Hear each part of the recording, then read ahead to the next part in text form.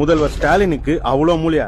சேச்சா, அதுக்கெல்லாம் வாய்ப்பே இல்ல. எல்லாம் ஐபேக் மூல. மம்தா, ஜெகன்மோகன், மோடிக்குன்னு மக்கள்கிட்ட மனு வாங்கி ஏமாத்தும் யோசனையை கொடுத்துட்டு இப்ப ஊழலுடன் ஸ்டாலின் இல்ல உங்களுடன் ஸ்டாலின் பேர் வச்சு கொடுத்து ஸ்டாலினை உசுப்பேத்தி விட்டுருக்கு ஐபேக். ஆட்சிக்கு வந்ததும் 100 நாள்ல வாங்கின மனுக்களுக்கு தீர்வு தருவேன்னு ஒரு பொட்டியை பூட்டி எடுத்துட்டு போன எதிர்கட்சி தலைவரான ஸ்டாலின் சார் சிஎம் ஆகி 4 வருஷத்தை தாண்டியும் பூட்டை உடைக்காமலேயே வச்சுக்கிட்டு இருக்காரு. பொட்டியை தொலைச்சிட்டாரோ என்னவோ, ஆனா புதுசா முகாம் திட்டங்களுக்கு பேரை வச்சு 4 வருஷமா நாடகம் ஆடிட்டு லாஸ்ட் நாடகமா உங்களுடன் ஸ்டாலின் கிளம்பிட்டாரு. ஆட்சிக்கு வந்ததும் முதல்வரின் முகவரித்துறைன்னு கோட்டூர்புரத்துல கால் சென்டர் ஆரம்பிச்சு 1100க்கு கால் பண்ணா உங்க குறையெல்லாம் தீந்துடும்னு சொன்னீங்க.